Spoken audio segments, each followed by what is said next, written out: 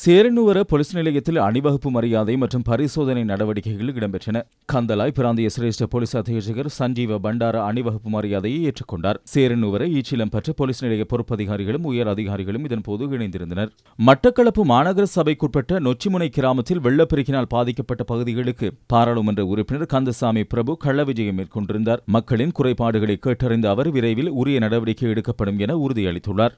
இலங்கைக்கான சீன தூதுவர் கொய் சென் ஹாங் மட்டக்களப்பு மாவட்டத்திற்கு விஜயம் மேற்கொண்டுள்ளார். மட்டக்களப்பு மாவட்டத்தில் உள்ள மக்களின் வாழ்வாதாரத்தை மேம்படுத்தும் நோக்கில் சீனாவின் சகோதர பாசம் எனும் துணிப்பொருளில் உலர் உணவு பொதிகள், வாழ்வாதார உபகரணங்கள் என்பன வழங்கி வைக்கப்பட்டன. மட்டக்களப்பு மாவட்ட சிவில் சமூக அமைப்பின் தலைவர் எஸ் மாமாங்க ராஜா தலைமையில் இடம்பெற்ற நிகழ்வில் மாவட்ட செயலாளர் திருமதி ஜஸ்டினா முரளிதரன் உள்ளிட்டோரும் பங்கேற்றனர்.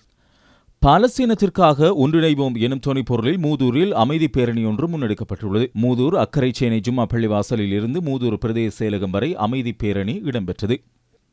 நிந்தவூரில் உங்களுக்கு வீடு நாட்டுக்கு எதிர்காலம் எனும் வேலை திட்டத்தின் 3ஆம் கட்ட வீடமைப்பு அடிக்கல் நாட்டும் நிகழ்வு இன்றைய தினம் இடம்பெற்றது. நிந்தவூர் பிரதேச சபை உறுப்பினர் எம் சம்சுன் அலி தலைமையில் இடம்பெற்ற நிகழ்வில் பாராளுமன்ற உறுப்பினர் ஏ ஆதம்பாவா பிரதம அதிதியாக கலந்து கொண்டு அடிக்கல் நாட்டி வைத்தார்.